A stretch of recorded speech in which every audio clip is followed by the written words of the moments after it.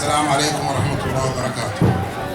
الحمد لله رب العالمين، والصلاة والسلام على سيدنا محمد وعلى آله وصحبه أجمعين. سعادة الأستاذ عبد الله الغربي، سعادة الأستاذ إبراهيم نقادي، سعادة الأستاذ مطر البلادي، السلام عليكم ورحمة الله وبركاته. ضيوفنا،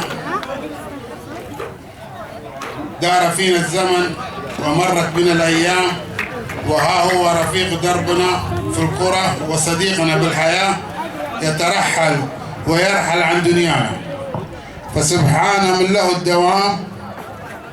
لقد فقدت الرياضة بمدينة رابغ لاعبا فذا وأخا عزيز، عرفنا عنه دماثة الخلق وصدق القول وموهبة كروية من الصعب تكرارها.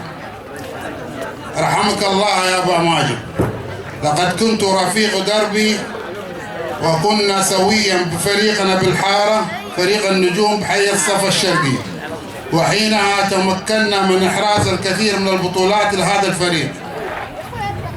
وعندما التحاقنا بنادي الانتصار بمحافظة رابغ، والذي عشنا فيه أجمل وأحلى الأيام مع كوكبة من النجوم يعتبرونهم صفوة اللاعبين ومن مثل النادي في تلك الفترة، ونافسنا على نهائيات المنطقة الغربية مع أقوى الفرق كنادي جدة من مدينة جدة، ونادي حرام من مكة المكرمة، ونادي وجه من الطائف.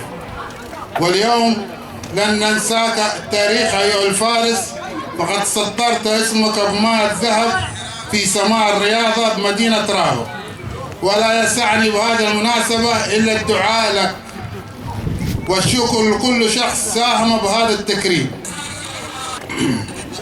والشكر موصول للجنة القائمة على فكرة التكريم: الكابتن سعد سلمان الحازمي، الكابتن أمين خليل البيضاني، الكابتن أسامة محمد الرابغي، الكابتن هاني عبد الله الغربي، الكابتن توفيق فريج المولد.